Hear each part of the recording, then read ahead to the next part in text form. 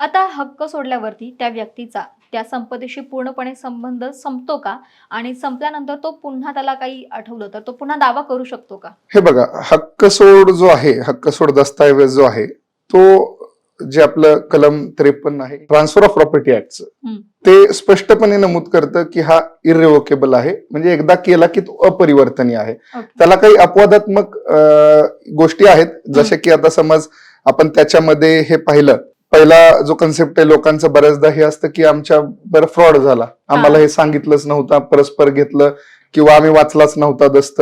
आता वाचला नव्हता हे कारण असू शकत नाही, परंतु फ्रॉड झाला की कागदपत्र वेगळी दाखवली आणि दुसऱ्याच मालमत्तेत आमचा हक्क सोड घेतला, अथवा स्वेच्छेने नाही केला, कसल्या पद्धतीने दबाव निर्माण केला गेला असेल त्याच्यामध्ये, तर अशा काही गोष्टींमध्ये तुम्हाला काही पर्याय आहेत. पहिला पर्याय जर सांगायचा झाला की civil suit, civil suit for cancellation and declaration of ही जी डीड आहे ती, त्यामध्ये section 31 of specific relief act वापरता येतो. ती पहिली प्रेयर करता येते की आम्हाला मग जे काही परिस्थिती असेल, एक तर फ्रॉड झाला असेल तर फ्रॉड, दबावातनं झाला असेल तर दबावातनं, अथवा मिसरिप्रेझेंटेशन किंवा कोअर्शन म्हणतात त्यातून झाला असेल तर तसं आपण दिवाणी न्यायालयात, माननीय दिवाणी न्यायालयात तसा दावा दाखल करून आपण पुन्हा त्याच्यामध्ये कॅन्सलेशन मागू शकतो किंवा डिक्लेरेशन मागू शकतो.